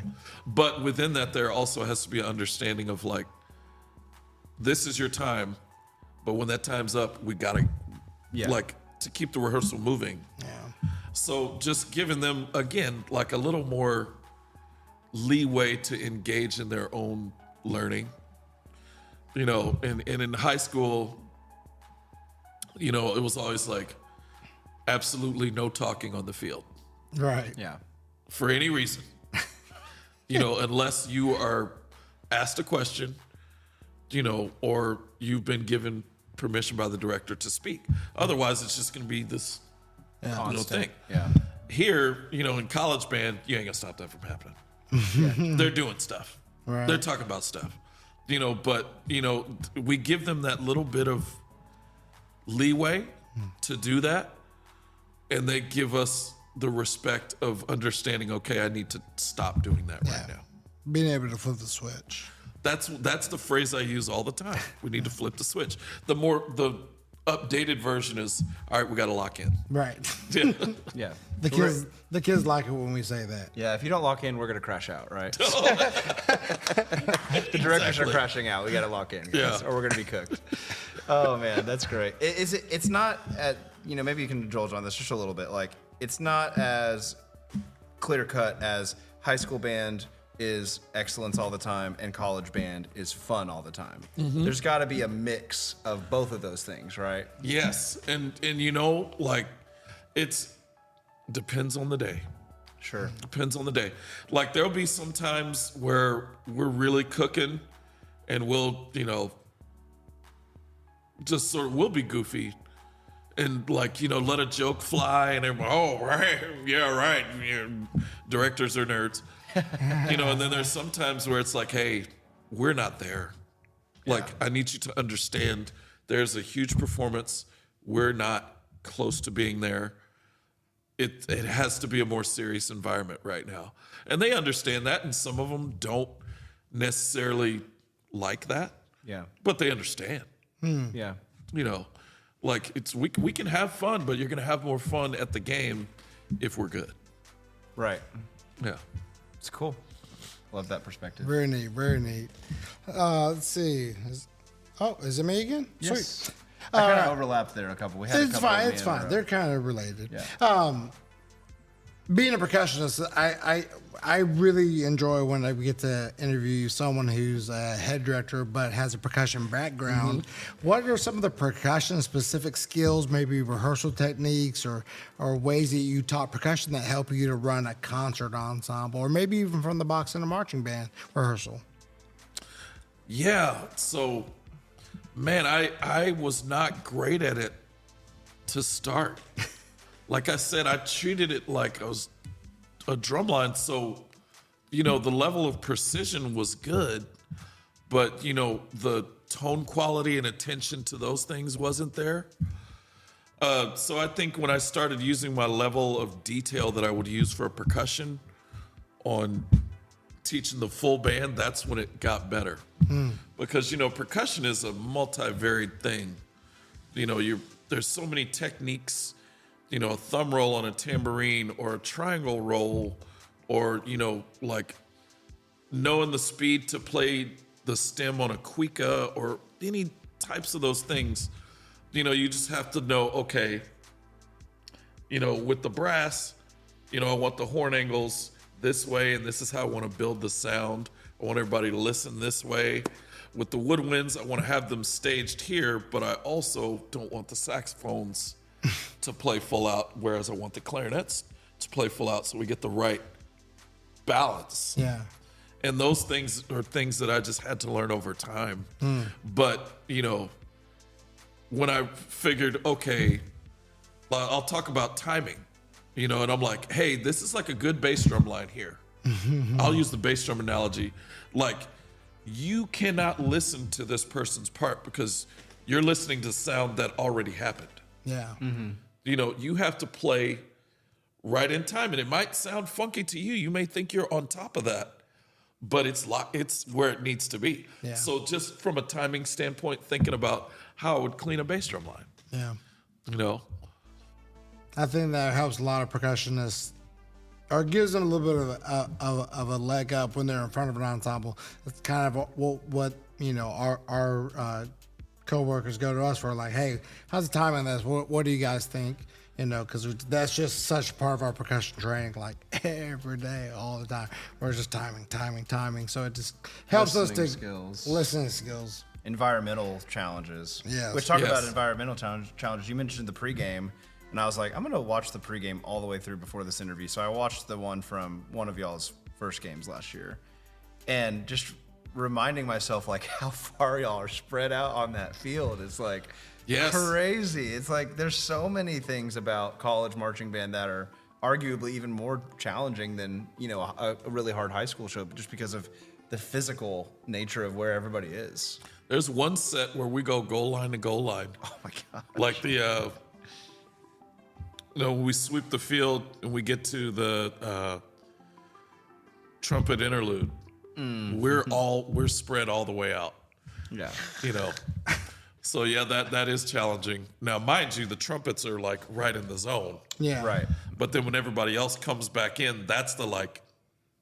Yeah. Yeah. That's so crazy. That's fun. A little bit about, before I forget to ask this, how many shows do y'all prepare in a football season? Yeah, so that varies. There was one year we did 6, and that was too much. Yeah. Like, because we wanted to do a show to honor, the 100th year of Bertha. but we also had another celebration thing we wanted to do.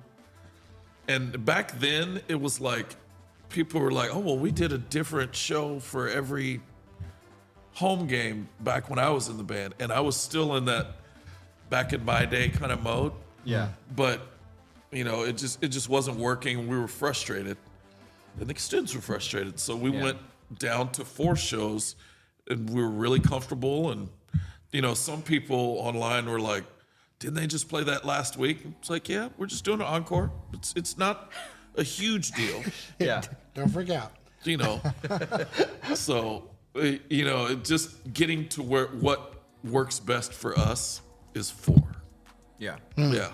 The experience of the members and the staff, you know. And then, considering the experience of the fans, but y'all at the end of the day are the ones living it, Right. you know. So that has to be the most important thing. And they, you know,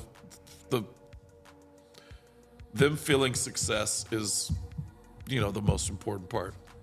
Yeah. Awesome. Well, pivoting a little bit, you know, we've talked a lot about the X's and O's of being a Longhorn Band director, music and styles and all those things. What are some common college experiences that you find yourself mentoring students through? Time management, because they want to do everything. Yeah. And there's so much to offer, you know, and I feel like I do a decent job of working with them so they can take this class that goes a little bit into rehearsal, you know, this one day, or, you know, like I have to miss this rehearsal because of this opportunity that I have. Oh, that's a great opportunity. You know, can we make that time up elsewhere? You know, so just teaching them the value of time management, sort of relationship building, especially when you got, like, say the trumpets have like 60 people. And there's, you know, not in a section of 60, not everybody's gonna get along all the time. You know, so just helping them understand you don't have to get along, but the things that are important are just respect, you know, and you can still enjoy the experience and not be getting along with that person. Like taking things so personal, it's like you gotta, it's not all about you all the time. Yeah. You know, and that's okay. Yeah. It takes some of the weight off of you. Like, because, you know, some students, oh, everybody will think I'm like, trust me, they're not thinking about you. Yeah. They're thinking about themselves. Yeah. So it's not like, you know, the whole band's gonna cast some aspersion. They're trying to figure their own life out. Yeah. You know, so just relationships like that, and helping them through stress. Like one of my big things is poco a poco. Little by You're not gonna solve it all right now. Just That's great. yeah, Love that. take a little bit at a time.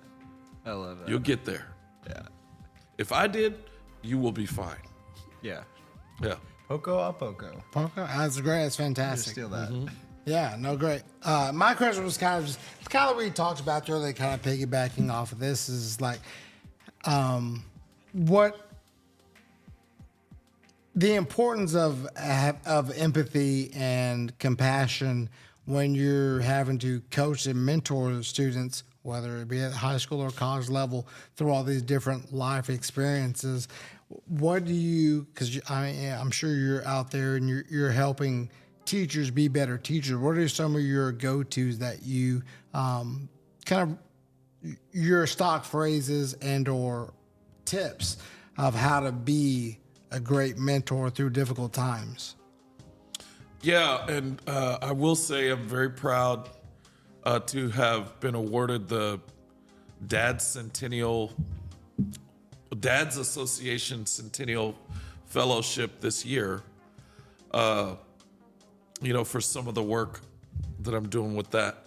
But I'll just remind any teacher of any subject, you know, people are sending their greatest treasure on this earth to you. And you've got a room full of them, you know, Like I've got 400 of people's greatest treasure, their child. You know, so I take that very seriously.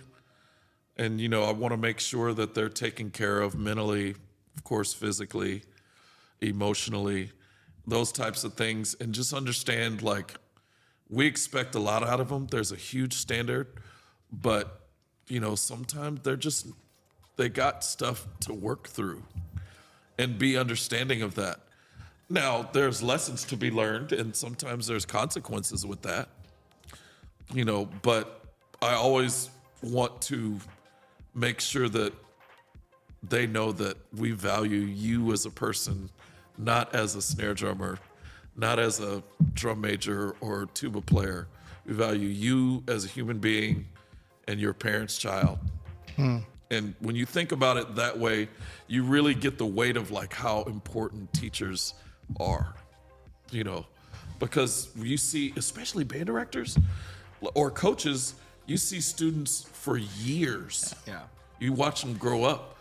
And, you know, when I was teaching percussion, I started kids and I'd see them for 7 years. Yeah. We'd get sick of each other, you know? There are times. Yeah, exactly. But, you know, you become a huge part of that kid's life and shape their worldview.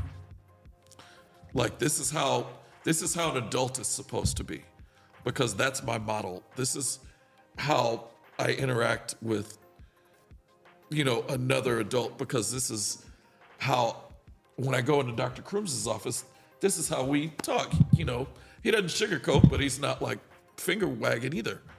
You know, so you become a model for what they think like it's supposed to be. That's And awesome. I had one parent at Georgetown, she was like, Mr. Croomes, I cannot thank you enough. My band child will never be late for anything. Like, even like late to my band child is getting there 10 minutes before. Yeah. And I'm like, that's just how we roll. Yeah. You Comes know, with the that territory. Yeah, exactly. Like the anxiety of, they're saying, the anxiety of this kid walking into a rehearsal that's already going terrifies her. Like, it should. We showed up like 2.5 hours early today. Exactly. Just like, we better get there. Yeah. Set up. Yeah, exactly. And that's the thing. Like, I remember one contest. This is my first year as a head director. We pull up to the venue, Reeves Stadium, Kelly Reeves. Oh yeah, the Palace. And, you know, we're sitting there and there's nobody there. And I'm like, well, I'll go check in. And, you know, the contest people hadn't gotten there yet. And so been we're there just before. kind of sitting there, and I let the kids off the bus, and, you know, we're just kind of, you know, there. And then finally we checked in and they're like, "Ooh, you are early." Yeah. I'm like, yeah, early, to be early is to be on time. Right. Be on time is to be late. To be late, well, we don't talk about that. No, definitely don't. That's us with our middle school indoor drum line. You might have seen our ensemble that we do, because we have a middle school group and we have a high school group, and the middle school always goes first at every indoor contest. So we're always like pulling up with the trailer with all the high school kids and all the middle school kids, like, and oftentimes the people who are running the contest are not even, they're like, we're not ready for y'all yet. Like, Right. don't just go hang out at your truck a little bit longer. We'll get you there. So we know what that's like. So Oh yeah, And several that's times. better. Like, I would much rather that than like the feeling of like, oh my gosh, we got to unload the truck. We got to do this. And people are freaking out, and the kids Yeah. aren't going to perform their best if it's all like, no. And that definitely translates over to everything else that I do. Like, I'm not late to anything ever, super early. And people are always like, "Why are you here?" I'm like, "Well, I don't want to be late." And it's just every band rehearsal my entire life. Like, don't be late. It travels with you across everything you do. It's pretty funny. oh yeah, like dating was like, you know, red flag. If a girl was late, I was like, this You're isn't not good. on time. Yeah. I don't know if I can mess with that. Yeah, I don't know about that. You can't be on Yeah. time. That's Yeah. funny. That's super funny. So that kind of takes us to the end of our, serious questions. And just, again, can't thank you enough for your time. And on this Saturday, you guys are about to kick off all the awesome things that it's going to be a great season for y'all. And so just thank you for the thoughtful answers and the conversation. Really appreciate you being here. And I know I'm just so excited for people to hear this episode and to hear all of the great things you had to share, because it's going to get people motivated to get going in their years and to have a great year. So sincerely, thank you, Dr. Croomes, for spending this time with us. I appreciate it. Again, thank you for the invitation. This has been a great conversation. I hadn't talked about some of those things in a long time. Yeah. People always say it's a trip down memory lane when they come on the podcast with us. But before we let you go, Shannon has a tradition he likes to do with our guests. You have some questions prepared I for do. Dr. Croomes? So I do. I'll let you intro this segment here. This is my story segment, my little moment. My brain is like darting here and back and forth all the time. So I have a list of questions. You can answer short, long, doesn't really matter. The form of the question is always good idea, bad idea. Nice. Send me from the Animaniacs. That's where I get this from. My favorite. All right. This is a huge drum. Good idea, bad idea. The actual car tires on this frame, should we put them on marimba? Would that be a good idea? Oh man, I think that may be a little bit of overkill. So I'll go bad idea. I don't know if the cameras can see it, but they're super impressive. They're huge. What's the PSI on those things? We had to move it, and it was surprisingly easy. Surprisingly easy for us. Yeah, the guy that designed this frame, man, he really did his thing. It holds weight really well. It is the best I've ever seen anything roll. Way better than our actual marimbas. The actual marimbas right now. They take a beating. All right, let's see. Next question I had in mind. Good idea, bad idea. Gumbo in New Orleans on a Friday night. Always a good idea. Man, you just got me going. Okay, but here's the caveat. Good idea, bad idea. Gumbo in Austin. You got to know where to go. No, all right. So you got to know where to go, because I have been some places where people are like, "Oh man, the gumbo's great here," and I'm like, "This food isn't right. This ain't it. This ain't it." That's fine. So how people are like the taco debate, where people are like, "Oh, well, Austin has better tacos than San Antonio." And I'm like, "Excuse me?" Oh yeah. I beg your pardon. Yeah. You don't want to get into that. You don't want to do that. Not just gonna work leave it out. where it is. Austin, I think, has a better barbecue scene, but I mean, if we're talking about tacos, right? Countdown City, 210. Yeah. That's funny. Yeah. Good idea, bad idea. Being a music educator. Great idea. If you like helping people, if you enjoy, being in a musical setting, like part of a team, great idea. Great idea. It's one of the best things I've ever done. I feel like it's my calling, And that's it. I like to end with that one. And we thank you so much for allowing us to bother you on a Saturday. It's been really awesome getting to hear your story and just you have a really wide spectrum of all aspects of music education. I think it's really important to people to really hear this and learn from this episode today here. Yeah. Thank you so much for taking the time with us. And we like to just close it out real quick. So if we can just thank our listeners for being a part of this episode and checking it out. And thank you, Dr. Croomes, for spending some time with us. And reminder for everybody, we're on Apple and Spotify and YouTube. And, as we go into this new school year, we hope you'll share this podcast with your friends. Go back and listen to all the great episodes we've had. And for all you major future music educators and future music majors out here, I think we've made a great case for University of Texas Sarah and Ernest Butler School of Music today. So I know Dr. Croomes and the amazing faculty here would love to answer all your questions and have you come do a campus tour. So thank y'all for joining us, and we hope you guys have a great school year. Thanks so much. Thank you.